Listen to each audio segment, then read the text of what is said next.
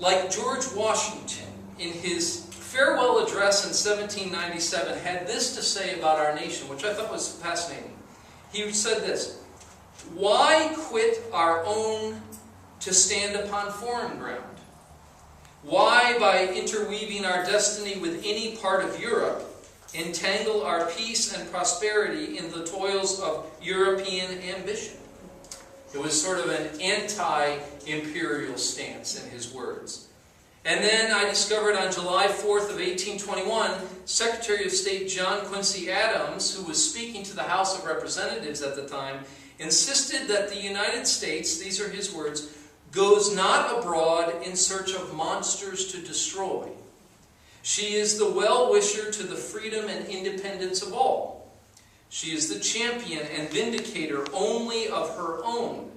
She knows well that by once enlisting under other banners than her own, she would involve herself beyond the power of extrication. The fundamental maxims of her policy would insensibly change from liberty to force. She might become the dictatress of the world." I think that's how it's said, dictatress. "She would be no longer the ruler of her own spirit." So I found these quotes fascinating in terms of early ideas about what our nation would be about and what it wouldn't be about. So I sense that, like, deep in our DNA as a nation, or at least part of our DNA as a nation, is the idea that the United States was going to be different. That we were not an old-school empire pursuing geographic control of foreign nations and their resources, and that we were, in fact, born in a struggle to get free of foreign control. Our rhetoric was and continues to be that we just want freedom. Freedom of expression, freedom of religion, political and economic freedom, freedom from external control.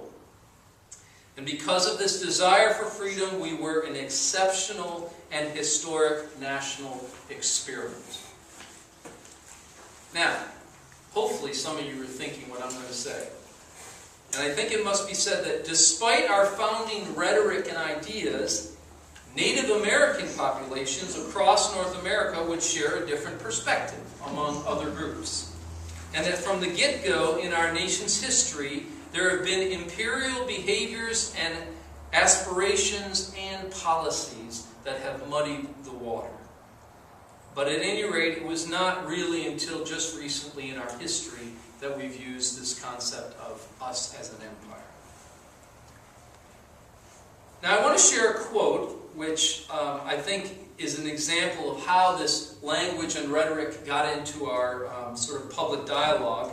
And this is a quote by an unnamed senior advisor to the Bush administration. And I searched around the internet, and most people think this is Karl Rove. Probably fits. But apparently this unnamed senior advisor at some point said that objective reality no longer matters very much. That's not the way the world really works anymore, this official said.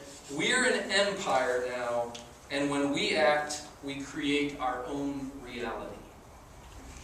Anybody ever heard that quote before?